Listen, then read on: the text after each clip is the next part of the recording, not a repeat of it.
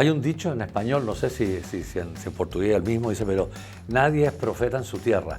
Tú tienes que salir de tu tierra para que te crean. Cuando tú en tu tierra hablas algo, no te creen.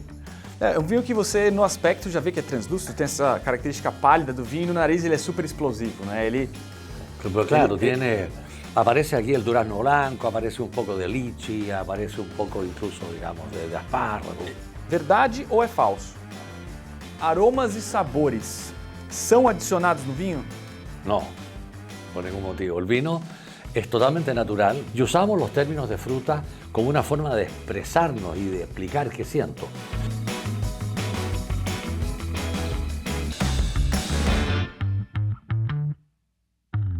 Bem-vindo, meu nome é Paulo Bramer e eu tô aqui com Versus de Os Jogos Sommelier. E hoje vai ser muito especial. A gente vai provar 4 vinhos muito diferentes com uma pessoa icônica na indústria de vinhos, não só chilena, mas mundial. Eu tô aqui hoje com o senhor Aurélio Montes, sócio fundador da Vinha Montes. Muito bem-vindo, senhor Aurélio, para Os Jogos Sommelier e principalmente para o Versus. Pablo, un agrado estar acá. Contigo hemos estado en Brasil también bastante juntos y encantado de probar vinos interesantes, son diversos, son de diferentes lugares, con diferentes características, así que abierto a lo que tú quieras preguntar. A gente vai ter 4 blocos diferentes e no primeiro bloco a gente vai falar um pouquinho sobre a Vinha Montes de uma maneira geral. E eu queria começar lá atrás, como é que tudo começou, como é que nasceu o projeto, Aurélio? El proyecto, digamos, es del año 1988 y es un proyecto muy especial porque yo ya estaba trabajando como enólogo, llevaba 16 años de profesional ya en diferentes viñas y de la última viña donde estaba contratado, que era Viña San Pedro, hubo un cambio en la propiedad, el dueño cambió, el dueño nuevo llegó con su equipo de gerente, enólogo, viticultor y yo quedé jobless, sin trabajo, ¿no es cierto?, a los 39 años. Tenía que ver, digamos, cómo seguir, casado, con hijos en la casa. Y mis alternativas eran 2. Una era volver a buscar un empleo en alguna viña establecida o partir con un sueño que yo ya tenía en 16 años como enólogo. Yo ya me di cuenta que Chile tenía un potencial gigante y nadie estaba explotando la línea de vinos finos, sino que era básicamente vinos gratos, pero más bien corrientes, sin muchas pretensiones. Y ahí fue que yo invito a 3 amigos, digamos, que son diferentes características de cada uno. Un hombre de finanzas, un hombre de marketing, un hombre de ingeniería y yo en la parte enológica, a que hiciéramos un proyecto divertido para poder sacar vinos interesantes al mercado. Y el proyecto fue mucho más rápido de lo que yo o nadie se imaginaba. Pensábamos hacer una cosa chiquita para el futuro, y vimos que inmediatamente tuvo aceptación internacional y empezamos a vender, digamos, y a calificar muy bien nuestros vinos. Y Montes parte muy rápido, creciendo los primeros 15 o 20 años, se establece muy sólidamente en el mercado. En 100 países exportamos el 95% de nuestra producción, se exporta. Por lo tanto, es un happy story, es una historia muy feliz, digamos, en un plazo corto, porque produjimos lo que el mercado quería. É uma história não curta, já é uma história de bastante impacto global, mas a pergunta é por que a pauta? Por que tudo começou em A Pauta? Bueno, uno de mis primeros empleos fue en Viña Undurraga, una viña bastante conocida en Chile y afuera, y el dueño, que era my boss, que era mi jefe, me dice, oye, en Colchagua hay un sector que hay un pequeño productor y está vendiendo sus uvas. No lo conozco, dicen que se llama Palta y me gustaría que fueras a ver las uvas. Yo estaba recién salido de la universidad, tenía 22 años, partiendo. Bueno, y voy a Colchagua, entro a Palta y dije, aquí hay magia.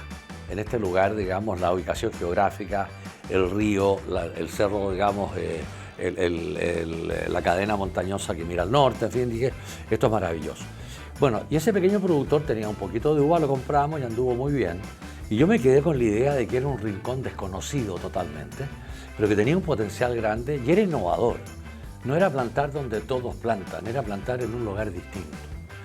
Cuando parto con Viña Montes, yo le digo a mis socios, tengo un lugar que nadie conoce, yo creo que se puede lograr a un buen precio, comprar una propiedad, y yo creo que vamos a sacar vinos interesantes. Era una apuesta, esto no era certeza, era una apuesta.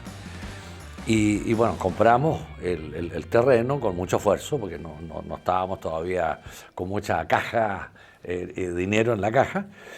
Y empezamos a plantar el plano y empezamos a escalar por la montaña y nos dimos cuenta que había un potencial gigantesco de grande.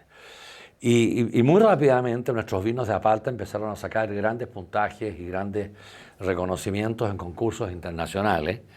Y bueno, y las viñas empezaron a mirar con ojos más interesados este rincón de Colchagua y empezaron a comprar tierra y el valor del suelo se fue muy arriba. Y nosotros fuimos los pioneros, fuimos los que llevamos el vino en volumen, en calidad, ¿no es cierto?, a Apalta, y hasta el día de hoy es nuestro orgullo y es nuestra casa matriz, donde funcionamos. E a Vinha Montes, ela é muito conhecida, não no Brasil, mas globalmente, e acho que um dos símbolos, uma das marcas muito fortes são os anjos, né? São os anjos que estão nos rótulos e que faz parte da marca, mas talvez uma das coisas que as pessoas não saibam tanto é quão generosa é a família e todo mundo que trabalha na Montes. Eu tive o prazer de ter algumas visitas lá, e quando eu saí de lá eu dei, talvez para minhas filhas, o que são um dos maiores presentes para elas, que são duas anjinhas que protegem elas nos quartos delas. E como é que foi? O que significa o anjo para vocês? Los Ángeles. Los anjos. Sí, bueno, mira, también tiene su historia. En el vino todo tiene historia. Fica muito mais bonito. Sí, si no hay historia no tiene sentido. Incluso cada vino tiene una razón de ser. El ángel tiene una razón de ser. Uno de mis socios, Douglas Murray, un hombre de un talento impresionante y imbatible en el marketing de vino mundial, socio, digamos, de la viña, tenía un hobby, tenía muy buenos autos, le gustaba mucho andar en buenos autos, andaba rápido, pero no conducía bien, que es una pésima combinación. Un buen auto y conducir no muy bien. Bueno, y él tuvo dos accidentes de auto muy fuertes, muy severos, en que el auto quedó destruido. Si tú hubieras visto el auto, tú dices, aquí nadie se salvó, están todos muertos. Bueno, él se bajó caminando del auto sin ni un rasguño, milagro, en todas ocasiones. Entonces él dice, miren, yo tengo un ángel de la guardia muy potente, que me cuida mucho, y yo quiero que este mismo ángel nos cuide en la Viña Monte. Así que yo quiero invitar al ángel como el quinto socio. Y ese es nuestro quinto socio, el ángel de Monte. Genial. Muito bom. Genial. E como... Hoje, sendo uma das vinícolas mais importantes, como que foi esse percurso? Como vocês chegaram a ser uma das vinícolas mais reconhecidas no mundo? Bueno, desde un comienzo nosotros partimos con la idea de vender vino en el extranjero, en el exterior. Hay un dicho en español, no sé si en portugués es el mismo, dice, pero nadie es profeta en su tierra. Tú tienes que salir de tu tierra para que te crean. Cuando tú en tu tierra hablas algo, no te creen. Bueno, nosotros dijimos, nadie nos va a creer el proyecto nuestro. Aquí hay viñas establecidas, antiguas, que no es cierto que va a ser súper difícil competir, pero Chile ha exportado muy poco, por lo tanto, si salimos al exterior, ¿no es cierto?, digamos, va a ser relativamente simple o por lo menos difícil establecer el vino nuestro en el mercado internacional. Y fue exactamente así. Chile, el empresario vitivinícola chileno, tenía mucho temor de competir contra Italia, España, Francia, Napa Valley, qué sé yo, Australia. Y bueno, nosotros no teníamos temor, pues nosotros no teníamos grandes expectativas. Esto era un proyecto para divertirnos y pasarlo bien. Y resulta que el mercado sí estaba abierto a comprar vinos chilenos de buen nivel a un precio más justo. Y fuimos los primeros, básicamente. Y eso fue exitoso, pero muy rápido, porque no habían otras viñas chilenas que estuvieran com este tipo de vino a preço justo. Isso foi bastante contrastante, mostra um pouco do senso inovador, que muitos dos vinhos que começaram a entrar no mercado, principalmente em inglês, eram vinhos de muito baixo valor agregado, eram vinhos muito barato, que competiam na prateleira de baixo dos supermercados. E vocês então entraram primeiro concentrando as vendas no mercado internacional e depois pensando na priorização. E aqui já responde um pouco do que a gente está querendo falar sobre os vinhos. Você considera que os seus vinhos são... Que tipo de vinho você faz? Premium, gastronômico? Qual que é o estilo de vinho que normalmente a Vinha Montes pratica? Bueno, mira, yo como enólogo empecé a hacer los vinos que a mí me gustaban. directamente. Y yo creo que el ser humano tiene gustos bastante generales. Lo que te gusta a ti o a mí, normalmente a la mayoría de las personas les gusta. O lo que no te gusta, a la mayoría de las personas no les gusta. Por lo tanto, a mí me gustaban vinos, digamos, en el caso de los vinos blancos, vinos, digamos, de mucha presencia frutal, frescos, alegres, livianos. ¿Eh? Y en los vinos tintos, vinos, digamos, con un sesgo bastante marcado, su variedad, su cabernet, un merlot, un syrah, con una variedad muy, muy patente, ¿no es cierto? Y vinos de cierta musculatura, encorpados, ¿no es cierto?, sin tener un exceso, con un cierto equilibrio, pero que fueran vinos básicamente gastronómicos. Y empezamos con la línea de Montes Alfa, y sacamos el Montes Alfa Cabernet primero, luego el Merlot, luego el Syrah, en fin, fuimos sacando una línea amplia, y todos los vinos con la característica de tener bastante identidad y fuerza propia, y vinos muy gastronómicos. Y en el caso de los vinos que no son tan gastronómicos, que pueden ser tomados con mucho agrado por sí solos, están los blancos. Tenemos de zonas frías de Chile, nosotros unos sauvignones espectaculares y unos chardonnay muy gratos. Así que son vinos de gusto muy general, ¿no es cierto?, y con personalidad muy propia. Lo otro que es importante, Pablo, es que nosotros no somos sastres, no somos tailors, de hacer para un mercado un vino, para el otro mercado el otro, y el otro, y el otro, y el otro. Nuestra identidad es una. Parte do princípio, valores que a Vinha Montes tem, y ahí va para el mercado y acha sus consumidores. Y nuestro estilo, yo lo que digo, tenemos la suerte de que a la mayoría del consumidor de vino del mundo, sea de Turquía, sea de Inglaterra o sea de Sudamérica, le gusta un estilo de vino en general. Hay de todo, pero en general el gusto de nuestros vinos es bastante amplio. A la gente en general lo aprecia, lo disfruta e les gusta.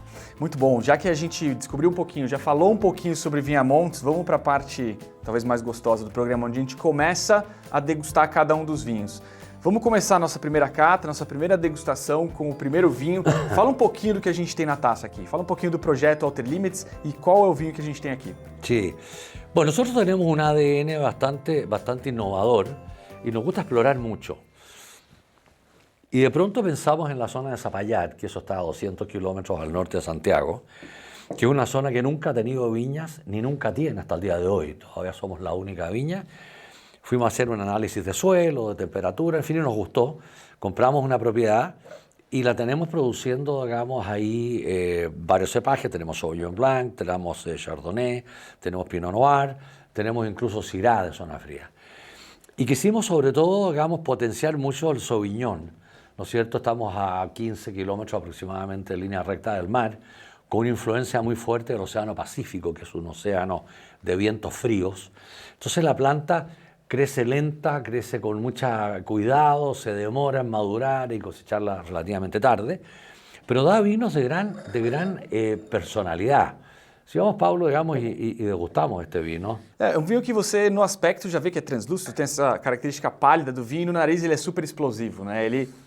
Pero claro, aparece aquí el durazno blanco, aparece un poco de lichi, aparece un poco incluso, digamos, de espárrago. Ele tem aquelas características tropicais de Sauvignon Blanc, mas ao mesmo tempo você tem a salinidade de proximidade do oceano, né? Você tem um pouco dos dois. Sí, sí, yo digo siempre que el Sauvignon Blanc nuestro, que es de zona fría, tiene una gran expresión y una liviandad y una alegría muy grande, pero no llega al extremo, por ejemplo, de Nueva Zelanda, que tiene un vino, digamos, excesivamente explosivo. Muita pirazina, muito pimentão verde. Demasiado. Entonces, Chile yo diría que está un poco entre lo que es Nueva Zelanda y lo que es Sancerre en Francia. Estamos un poco en la mitad. Tenemos la expresión, ¿no es cierto?, alegre, digamos, de la costa, de la zona fría, y tenemos la elegancia de un vino francés.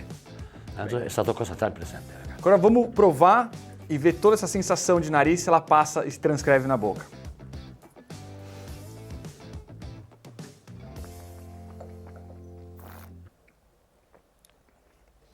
Frescor, acidez, uma certa vivacidade. É um vinho que tem 13,5 de álcool, não se sente calor, ele parece muito mais fresco do que de fato ele é. E tem essas características que salivam a boca e parece que você precisa de alguma coisa para comer, né? Algum peixinho frito, alguma... Sí. Muito fácil para harmonizar. Sí, esto anda muy bien con mariscos crudos, con ostras, con erizo. Es un vino muy equilibrado en boca, porque tú al sentir esta explosión aromática puedes pensar que el vino tiene una acidez incómoda. Sin embargo, la acidez está en un muy buen equilibrio con su nivel alcohólico y con el balance en general. está muy bien el vino. ¿Eh? Muito bom, vamos agora para o nosso segundo bloco e aqui é onde a gente tem alguns mitos enológicos.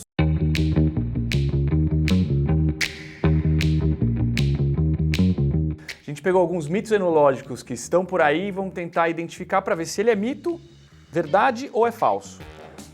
Aromas e sabores são adicionados no vinho?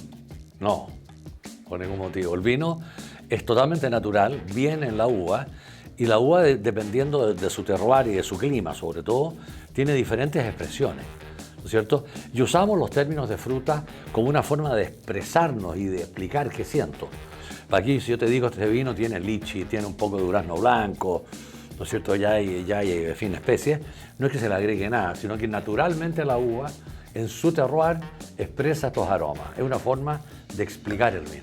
Eu acho que se a gente está sentindo aqui limão, cereja, etc., não é que foi adicionado uma cereja ou um limão para o vinho. Mas a gente pode pensar na adição de sabor quando, por exemplo, o vinho passa por madeira. Aí sim é um sabor que foi teoricamente adicionado. Né? Ou, por exemplo, quando tem uma levedura, que ela vai para uma linha de sabor muito específica também. Mas, de fato, aromas não são adicionados, aromas das frutas não são adicionados no vinho. Y te digo, perdón, te digo más, está legalmente prohibido. Para chamar de vinho está proibido colocar. En Chile está totalmente prohibido, no está permitido agregar nada artificial. O próximo mito enológico é um vinho com sedimento. Ele é um vinho ruim? A ver, un vino con sedimento, hay de los dos. Hay vinos que tienen sedimentos que están claramente, digamos, malos, que tuvieron una mala evolución. Y hay vinos con sedimentos que están infinitamente mejores que cuando se pusieron dentro de la botella. El vino, ¿no es cierto?, tiene tanino, tiene ácido tartárico, tiene tartratos, tiene una serie de elementos, digamos, químicos, que con el tiempo, ¿no es cierto?, estos vinos se van equilibrando, se condensan y van decantando por gravedad, ¿no es cierto?, al fondo de la botella o al cuerpo cuando la tiene tendida. Por lo tanto, un vino que tiene un cierto nivel de sedimento normalmente está mejor que aquel que no lo tiene. Puede ser que... Yo más que en el sedimento, Pablo, me fijo, digamos, en el color. Si el color está opalescente, no está limpio, hay una enfermedad. Cuando el vino está con un color perfectamente claro y hay un sedimento, ese vino está muy bueno. Porque los excesos que tenía de tartrato o de levadura o de lo que sea han sedimentado al fondo y ahí viene la decantación que tú decantas y dejas el sedimento afuera. E além disso, quando você vê um vinho que não tem absolutamente nada de sedimento, também ele é praticamente qualitativo, mas quando mais se filtra o vinho, quanto mais se tira esse sedimento, também vai tirando outros sabores. Acho que a mensagem que a gente quer passar é, quando vê algum sedimento na garrafa, tenta experimentar o vinho para de fato ele estar qualitativo, não rejeita ele automaticamente. Vinhos com sedimentos podem ser muito bons e até mais saudáveis e mais gostosos que os sem sedimentos. Próximo mito enológico, os vinhos brancos não servem para guardar. Bueno, esa es una pregunta tricky question. Se pueden guardar. Los vinos se pueden guardar, los blancos, digamos, y tienen evolución, como es natural. Hay una suerte, digamos, de intercambio gaseoso en la botella y hay un poco de oxidación.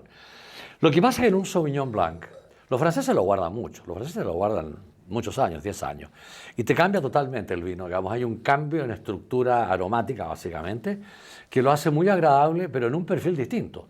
Si tú andas buscando la fruta que hay en este vino, una guarda prolongada yo creo que le baja su intensidad aromática y pierde una parte importante de lo que es. Si andas buscando elegancia en un Chardonnay se comporta infinitamente mejor en guarda. ¿No es cierto? Tiene una cierta evolución que el vino va ganando en elegancia, en estructura, ¿no es cierto?, en peso específico. Por tanto, en un Chardonnay yo diría, la guarda me viene muy bien. Sauvignon Blanc yo tiendo a no guardarlos, pero si lo guardas, vas a lograr un vino más del viejo mundo, te vas a acercar más a lo que es un Sancerre.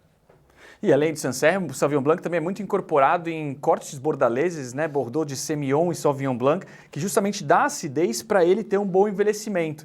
E além disso, eu sou de 1980, essa é a minha safra e não é tão boa globalmente falando, não foi uma safra de muitos sucessos na vitivinicultura. Mas um dos grandes vinhos que eu provei no meu ano e provei faz pouco tempo é um Riesling alemão, ou seja, uma casta que normalmente tem para muito tempo de guarda, que pode sim ter grande potencial. Então, ou seja, é um grande mito que vinhos brancos não são para guardar.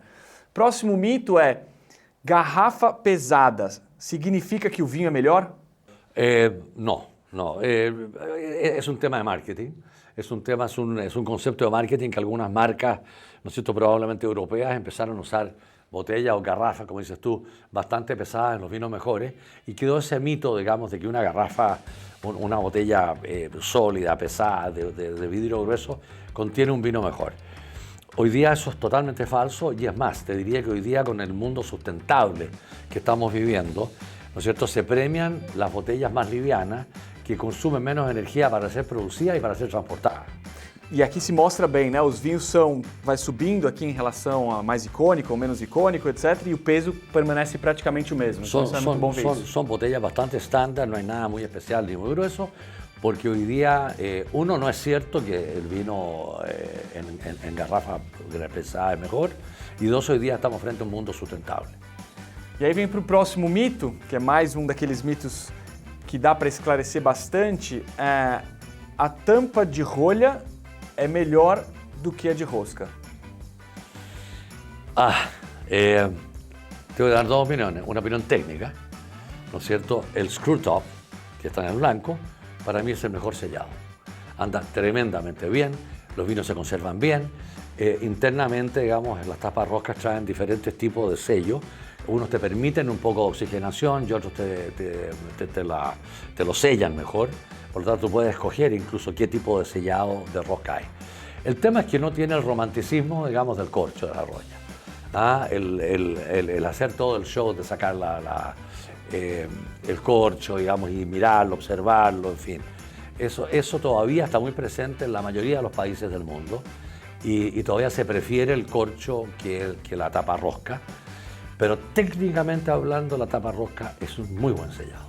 E também garante muito mais problemas com rolha, que hoje já está muito menor, mas tem ainda acontecendo, e obviamente a rosca não precisa. Não tem. O ponto só é que o mercado não aceita tanto vinhos de altíssima qualidade, preço, etc., fechados com rosca. A Austrália sofreu muito com isso, tentou mexer e não conseguiu tanto. Existe também o ponto que acho que você tocou bem, que é a parte de ser anaeróbico e microoxigenação. Já dá para fazer microoxigenação com rosca, né? Isso é interessante, isso é bastante interessante. Vamos aqui então para a nossa segunda degustação. Sr. Aurélio, por favor, mostra para a gente o que a gente vai degustar. Bueno, vamos a partir ahora, tengo entendido, este es el orden, ¿sí? Con un Special Cuvée, un Montes Alpha Cabernet Sauvignon. Es un Special Cuvée del año 2021, que fue una muy buena cosecha, una muy buena zafra. Y esto es una mezcla. Aquí tenemos un 80%, un 85% de Cabernet Sauvignon, un 10% de Syrah y un 5% de Carmener. Es una mezcla muy especial, y esto pasa, digamos, un tiempo del orden de los 14, 15 meses en barriles de roble francés, y luego pasa 6 meses en botella antes de ir al mercado. E todo mundo pode achar um pouco novo, né? Corte de Cabernet Sauvignon e Syrah de alta qualidade, mas na verdade na Austrália já se faz isso há muito tempo, né? Yo creo que una de las grandes ventajas del Nuevo Mundo, Paulo, es que la legislación del Nuevo Mundo y la chilena, entre ellas, es bastante abierta. No te prohíbe, como sí lo prohíben en Francia, en España, en Italia, mezclas de variedades. Yo creo que aquí hay una mezcla, digamos, de cosas interesantes. Está la elegancia del Cabernet, está la suavidad del Syrah y está el especiado del Carmener. Cuando nosotros hacemos vinos buenos de beber, no hacemos vinos, digamos, que respeten la ley. ¿No es cierto? Hacemos vinos buenos de beber. Además, en Chile respetan la ley porque la ley te lo permite. Entonces, acá esta combinación anda tremendamente bien, combinando las 3 características. Es un vino muy grato, ha sido muy exitoso este vino en el mercado. E para quem conhece muito o icônico Montes Alpha Cabernet Sauvignon, qual que é a diferença para o Special Cuvée? Bueno, el Special Cuvée es una mezcla distinta. En el caso del Cabernet, Cabernet con Syrah y con Carmener. En el caso del Montes Alpha Cabernet, es un 85% de Cabernet con un 15% de Merlot. Es una variedad muy bordalesa, muy de Bordeaux. Esta es una variedad un poco distinta, porque tenemos, digamos, uvas del Ródano aquí, digamos, Syrah y un Carmener que solo existe en Chile prácticamente.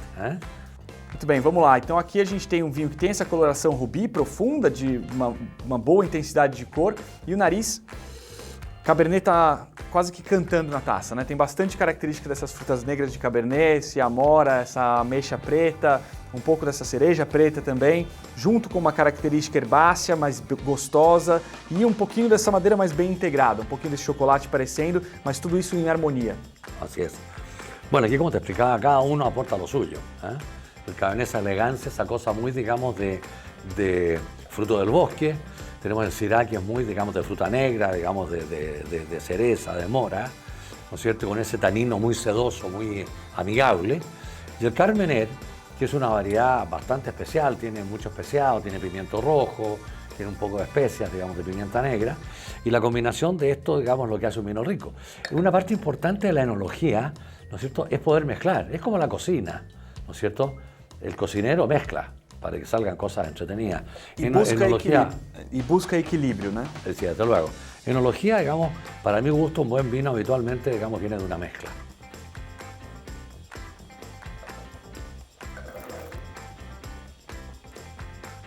E na boca, de novo, eu acho que a linha condutora aqui é muito Cabernet, né? Essa linha de um tanino preciso, um tanino de meio de boca, junto com essa característica que traz um pouco de frescor, essa boa acidez, e talvez uma pimentinha negra que pode ser essa característica do Syrah aparecendo. Sí, correcto. Tiene mucho equilibrio. La boca te invita a una segunda copa, ¿no es cierto? Porque es un vino de mucho equilibrio, el tanino está bastante suave, muy bien equilibrado, y es un vino gastronómico, digamos, acá con cualquier, digamos, una carne no muy grasosa, te anda muy bien.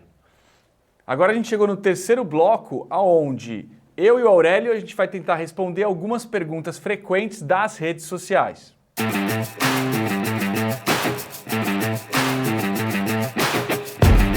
Primeira pergunta: como saber se um vinho foi feito para um armazenamento de longo prazo ou se a curva de qualidade atingiu sua expressão máxima? Bueno, muy difícil. Cada vino tiene una respuesta distinta, digamos, a la guarda. Por de pronto, para guardar bien un vino hay que tener temperatura y humedad adecuada. Yo diría que temperatura debe estar entre los 12 y los 15 grados, ¿no es cierto? Que el vino vaya teniendo una evolución más bien baja, una humedad sobre el 60%, para mantener el corcho hidratado y la botella, ¿no es cierto?, tendida, para que el corcho siempre esté em contato bien, com o líquido para não secar. En contacto, claro, que esté húmedo, hinchado. Ahora, ¿cómo saber si la evolución fue buena o mala? La única forma, digamos, es abrir la botella y probarla, ¿no es cierto? Es como disparar las balas a ver si están buenas. Por isso, sempre comprar 2, 3, 6 garrafas do mesmo vinho para continuar vendo a evolução. Claro, correcto, claro.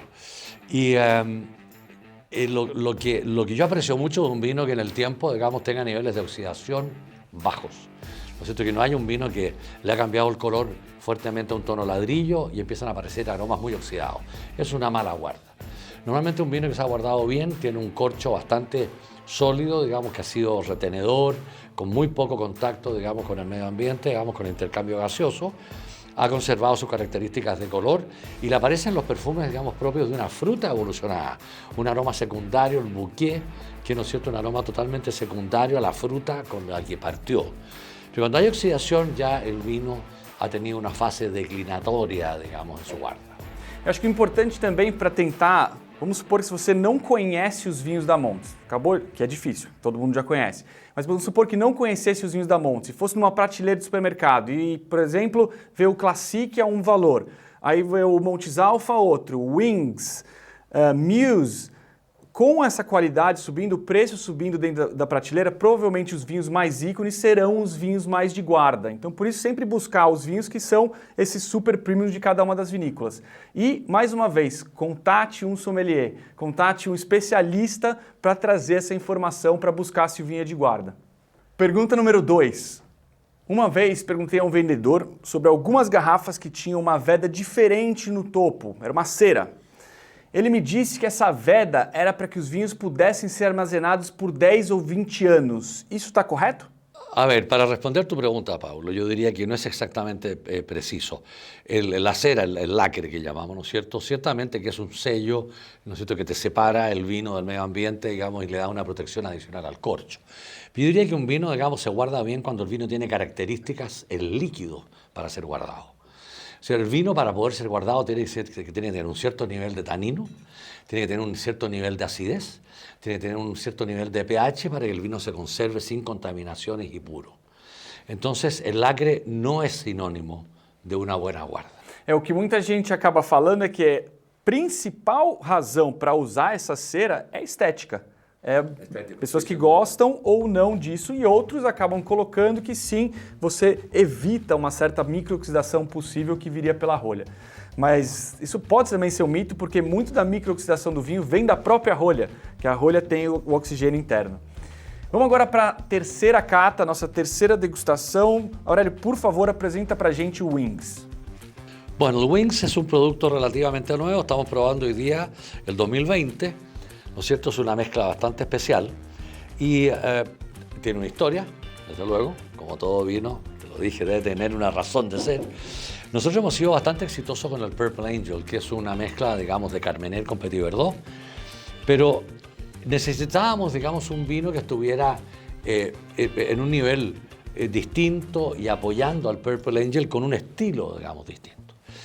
Y identificamos un sector de la viña en Apalta, un sector, un cuartel, una porción de la viña, ¿no es cierto?, que da un vino un poco más liviano, fresco, un poquito más alegre, con menos musculatura, pero mucha elegancia. Y dijimos, empecemos a hacer un vino distinto al Purple Angel en base a Carmener con este sector. Bueno, yo quería hacerlo solamente con Carmener. Y mi hijo Aurelio Jr., que es enólogo y trabajamos juntos, me dijo, no tiene que ser una mezcla. Yo le dije, no, tiene que ser puro. Él me dijo, insisto, tiene que ser una mezcla. Y después, digamos, de mucho tiempo que estuvimos conversando esto, digamos, de cómo hacerlo, él me hace una degustación ciega de varias opciones de mezcla. Y yo pruebo todo, qué sé yo, y le dije, ya me gusta esta copa. Bueno, esta copa es la mejor. Es una mezcla. Entonces me ganó. Discussões familiares que vêm para o bem, né? Exactamente.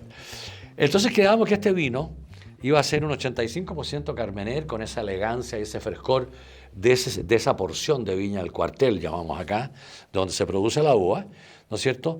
Y luego un porcentaje de Cabernet Franc que le da, digamos, un poco de estructura, un poquito más de musculatura, le da un poco más de hueso. E talvez un poco desse floral no nariz? Un poco, sí, claro, le da una cosa, digamos, un poquito como de pimiento interesante. ¿Ah? Entonces, el vino ha sido bastante exitoso. E no nariz ele é exuberante, né? Ele tem essa Sim. característica floral, talvez bem convidativa para você voltar a todo momento. Tem um pouquinho de incenso, mas é uma característica gostosa, aromática do vinho. E eu acho que um ponto que eu encontrei aqui de conexão com o Brasil é um pouco de jabuticaba, aquela fruta brasileira azul, que tem essa característica bem clássicas aqui de, normalmente, pode aparecer em Carmenés de clima mais fresco. Es un vino más juvenil, el Purple Angel es un vino serio de estructura, de musculatura, este es un vino más alegre, es un vino más juvenil, ¿no es cierto? El Carmener está haciendo, digamos, una labor innegable, el Cabernet Franc lo mismo, ¿no es cierto? Y el vino, digamos, en la boca se siente muy bien.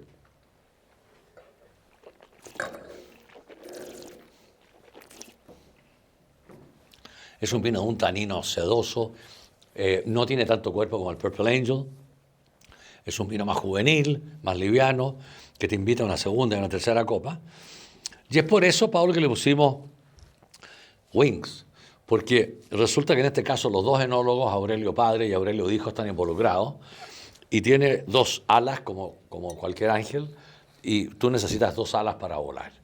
Entonces el Wings está hecho por dos enólogos que son las alas para poder volar. Muito diferente os dois na boca, e aqui mostra uma certa elegância, um tanino muito mais redondo, uma boa definição de fruta também, e é um vinho que também pode se guardar, tá ótimo para provar agora, mas também pode ficar um tempo em garrafa, né? Sí, tiene un buen nivel, digamos, de tanino, tiene un buen nivel de acidez, tiene un buen nivel de pH, es un vino que bien guardado a la temperatura adecuada y con el corcho, ¿no es cierto?, siempre húmedo, se puede mantener tremendamente bien. Es un vino que ha sido exitoso por su estilo, ¿no es cierto?, por lo que hay, por su presentación y por su historia. Nuevamente tenemos que el vino tiene una historia. Tudo tem história, e tudo fica mais legal com história. O vinho tem várias ciências, e acho que a história é uma das mais gostosas da gente acompanhar, junto, claro, degustando ele. Chegamos ao último bloco, e aqui a gente chama de perguntas ao enólogo. E a gente faz essas perguntas usando como, porquê e para quê.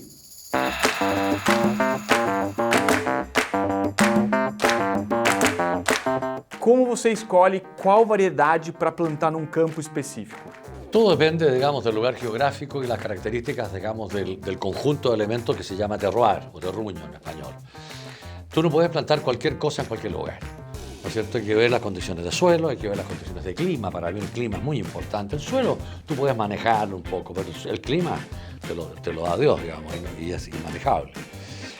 Por eso que la costa chilena, que tiene muy gran influencia, digamos, de clima por el Océano Pacífico, se adapta muy bien a los vinos livianos, ¿no es cierto? Sauvignon, Chardonnay, Pinot Noir, básicamente anda muy bien en la costa. Los valles centrales, que son más cálidos, ¿no es cierto?, se adaptan muy bien a vinos que necesitan, digamos, una madurez mayor, un cierto nivel de alcohol, un encorpado mayor, y es ahí donde se plantan, digamos, los Cabernet, los Merlot, los Syrah, más alejados de la costa. Entonces, por lo tanto, dependiendo de cada terruño, es la variedad que yo voy a coger. Y una de las razones por las cuales nosotros, cuando partimos en Viña Montes, generamos una revolución vitícola, era porque antiguamente se plantaba cualquier cosa en cualquier lugar. Nosotros fuimos los primeros en buscar el terroir adecuado para un Sauvignon, para un Cabernet, para un Syrah y para otra variedad. É super importante ter as diferenças marcadas. Acho que é super importante até para quem está estudando, para quem gosta de comer livros e tentar descobrir cada vez mais exatamente isso que o senhor falou. Essa busca de um terroir ou de um lugar específico para uma uva muito clássica. Então a gente tem a Palta para Carmenère, por exemplo, Alto Maipo para Cabernet Sauvignon, tem muitas coisas de Limari que vem aparecendo para Chardonnay e por aí em diante. Então essa conexão é super importante, é uma arte dos enólogos a descobrir isso e fazer com que tenha a sua melhor qualidade. Próxima pergunta. Como é que você decide quando colher e qual é o conceito de adiantar ou atrasar a vindima? A ver, la cosecha es un tema muy delicado. La cosecha define en gran medida la calidad del vino. Entonces, estamos muy dependientes de la situación de clima, ¿no es cierto? Cómo ha sido el verano, ¿no es cierto? Cómo está la humedad, si hay agua o no para regar y poder mantener más tiempo el viñedo, ¿no es cierto? Y en base a esos elementos, yo lo que hago es se hace un análisis, digamos, de la uva, pero más importante que el análisis es de la degustación.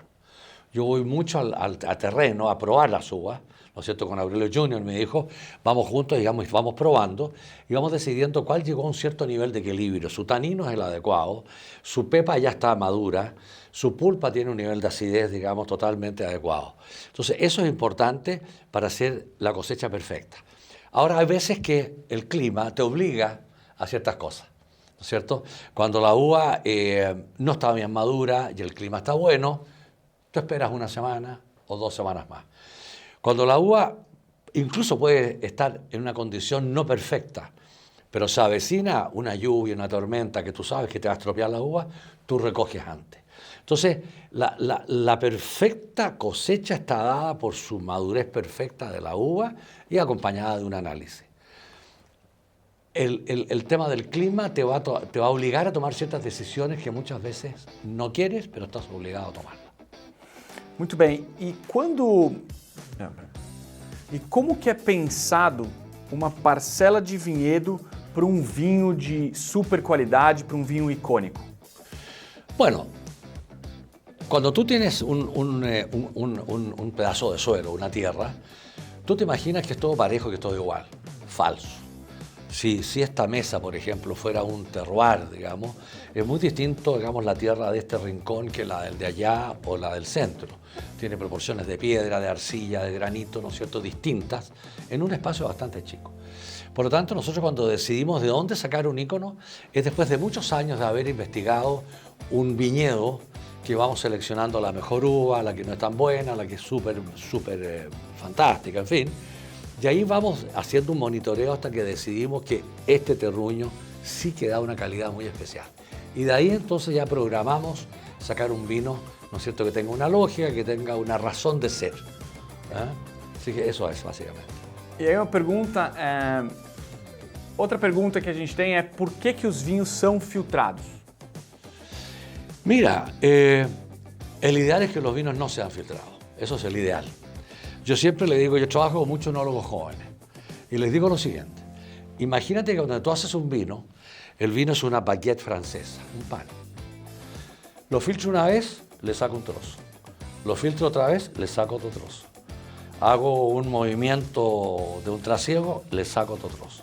Entonces al final de una baguette que era de este porte, te va quedando un trozo de este porte porque hiciste muchas faenas. Son probablemente algunas de ellas necesarias y muchas de ellas no son necesarias. Y lo que has hecho tú, digamos, es irle sacando calidad al vino en cada proceso que haces. Por lo tanto, yo soy en ese sentido minimalista. Yo trato, digamos, de no tratar los vinos y de no filtrar. La filtración mínima que se hace es para retener microorganismos que puedan pasar a la botella y estropear el vino en una guarda de 5 o 10 años. Entonces es un filtro suave, ¿no es cierto?, con un vino que ya está limpio para retener levaduras o bacterias y asegurarse de que el vino va a tener una larga duración. E por que, pela lei, vinho chileno não pode ter menos que 11,5 de álcool? Bueno, la ley chilena está hecha básicamente por historia antigua. La historia antigua era que los viñedos estaban del río Maule prácticamente al norte, del Maule al norte, y en toda esa zona, ¿no es cierto?, naturalmente los veranos y la cantidad de sol, Chile tiene mucho sol, prácticamente no llueve en verano, daban todos los vinos sobre 12, 12 y medio, 13. Entonces no tenía sentido, ¿no es cierto?, aprobar un vino de menos de 11 y medio. Hubiera sido un vino desequilibrado, verde, que no te trae ningún beneficio. Por lo tanto, la ley dijo, ok, para que el vino sea razonablemente equilibrado y grato, tiene que tener 11 y medio, que eso lo puede dar el Maule, hacia el norte, que puede llegar a lo que quieras, 13 y medio, 14. Pero hoy día hay un calentamiento global. Ya hay un estilo de vino distinto en el mundo. El gusto ha ido cambiando. Hoy día la gente joven quiere menos alcohol. Entonces, hoy día la ley debería modificarse y a lo mejor decir, ok, como en Alemania, se pueden hacer vinos de 8 y medio, si están equilibrados, en una buena zona, podría ser, pero la lei não lo permite. Acho que esse é um grande fator de onde a lei não está de acordo com qualidade mundial e global e tendência. Então, alguns lugares, por exemplo, a Inglaterra, mudou a legislação para imposto. Ou seja, vinhos acima de 11 estão ficando cada vez mais caros na Inglaterra, o que vai colocar uma pressão global para que se façam vinhos a 11 graus. Ou seja, provavelmente no Chile vai ser possível exportar vinhos a 11 graus, mas não necessariamente ainda produzir localmente. Acho que é uma mudança normal em relação à tendência de mercado. Correcto, pero aquí hay, claro, un efecto técnico, un efecto de cambio climático y un efecto de tendencias mundiales, porque si la gente, el consumidor de vino, quiere 11 grados y no quiere más 12, las leyes van a tener que adaptarse. Sí. E para que serve uma DO? Uma denominação de origem? Bueno, la denominación de origen te da una característica, digamos, pareja a toda el área, ¿no es cierto? Por clima, nuevamente para mí el clima es un elemento súper importante, porque una DO, los suelos pueden ser distintos, sin embargo el clima es uno y te imprime un carácter, digamos, muy especial al vino.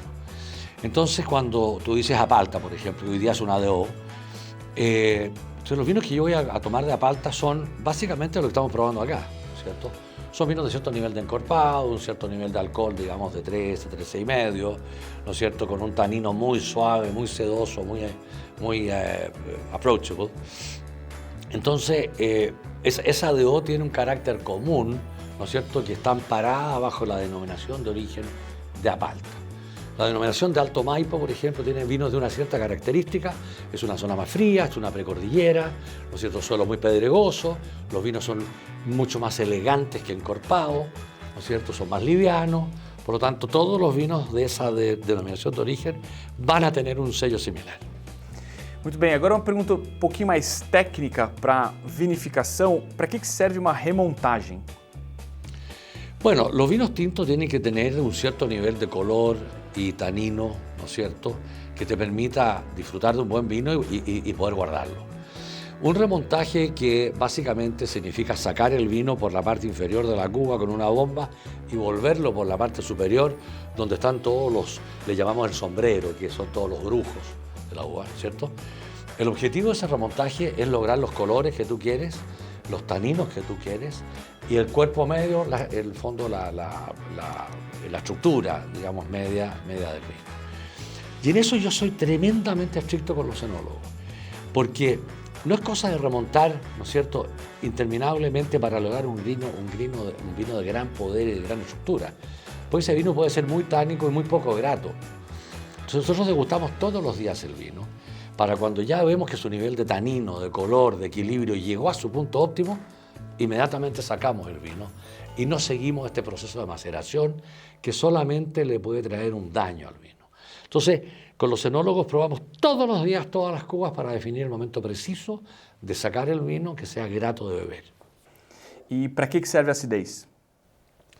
Bueno, la acidez, digamos, te da longevidad en el vino. Te da una acidez alta, habitualmente trae un pH bajo, y con acideces altas y pH bajos, ¿no es cierto?, hay una microbiología muy sana, y te trae el equilibrio, porque si tú, digamos, has cosechado un vino de 13,5 de alcohol, que ya es bastante potente, tú necesitas un cierto nivel de acidez que le compita a este alcohol que es muy dulce. El alcohol, por definición, es dulce.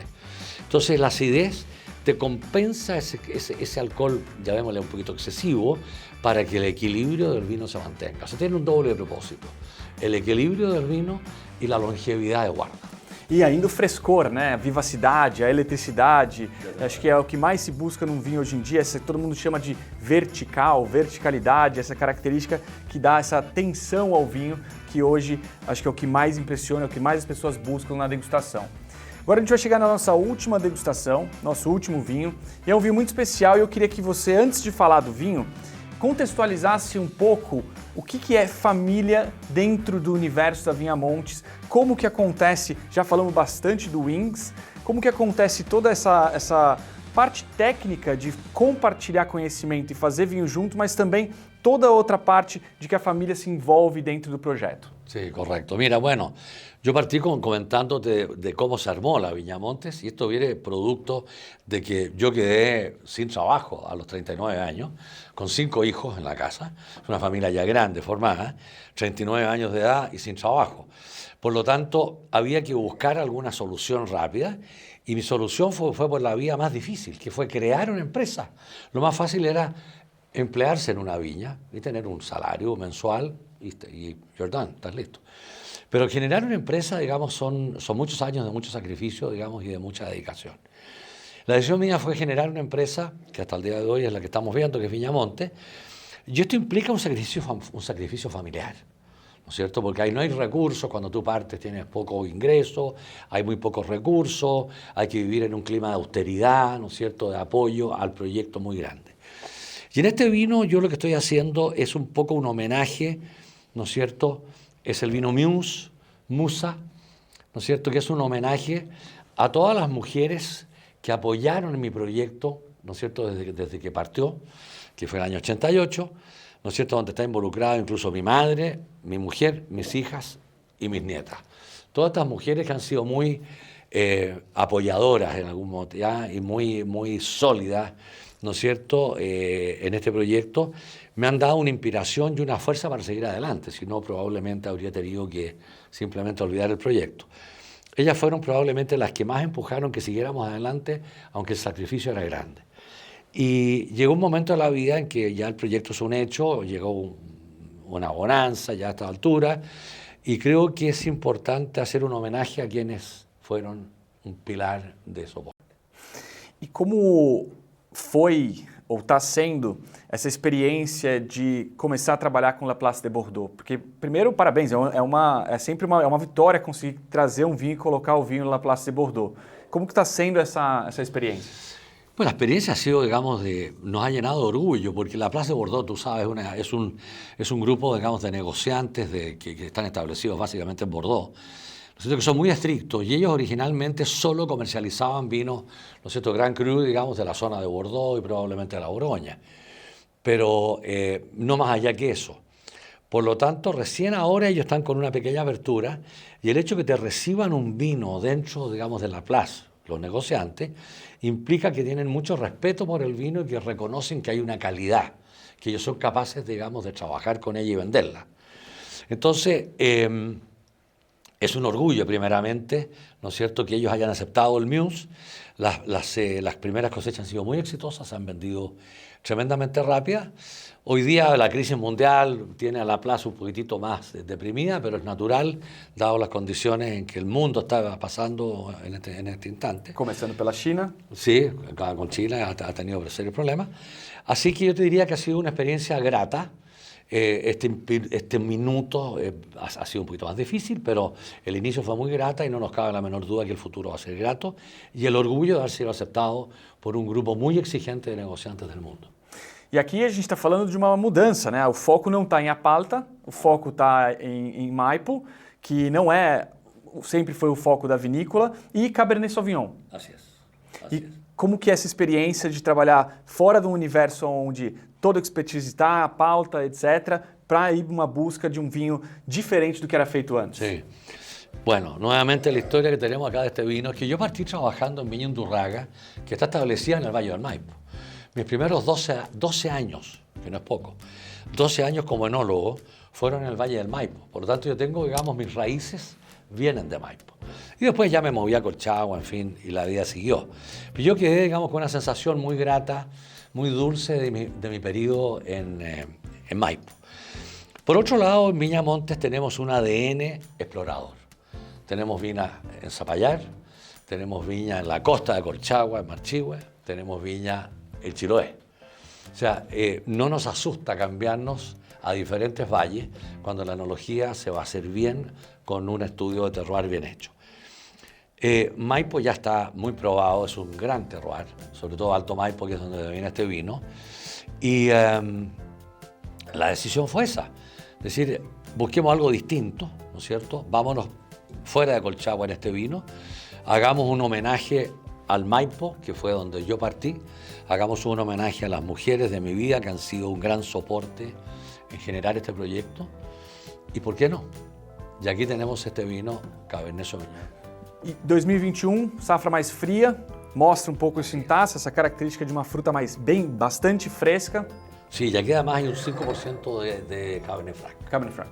Então vamos agora provar Muse, mas antes disso vamos ver as características aromáticas desse vinho que se mostram talvez bastante bordaleza de alguma maneira, né? Tem a característica de Maipo, mas tem essa característica de velho mundo, se é que pode falar isso ainda, mas essa característica talvez mais de especiarias, de uma fruta não necessariamente sobremadura, uma fruta fresca, talvez pela safra 2021, que foi uma safra muito fría. Sí, sí.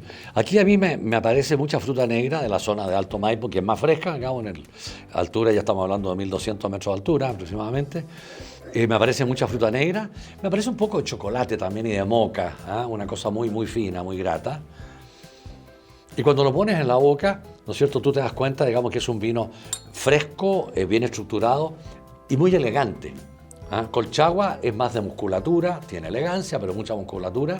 Aquí hay básicamente una cosa muy femenina, muy elegante, um vinho muito fácil de tomar, não é certo? E muito grato. É um tanino firme, mas é aquele tanino de aquele powder tannins, né? Aquele tanino bem feito, bem colocado, quase que granular assim, né? E uma boa acidez, como o Cabernet exige, e essas características de fruta preta numa safra que é fria e mostra isso em taça. Sí, y un vino muy largo, yo lo acabo de probar.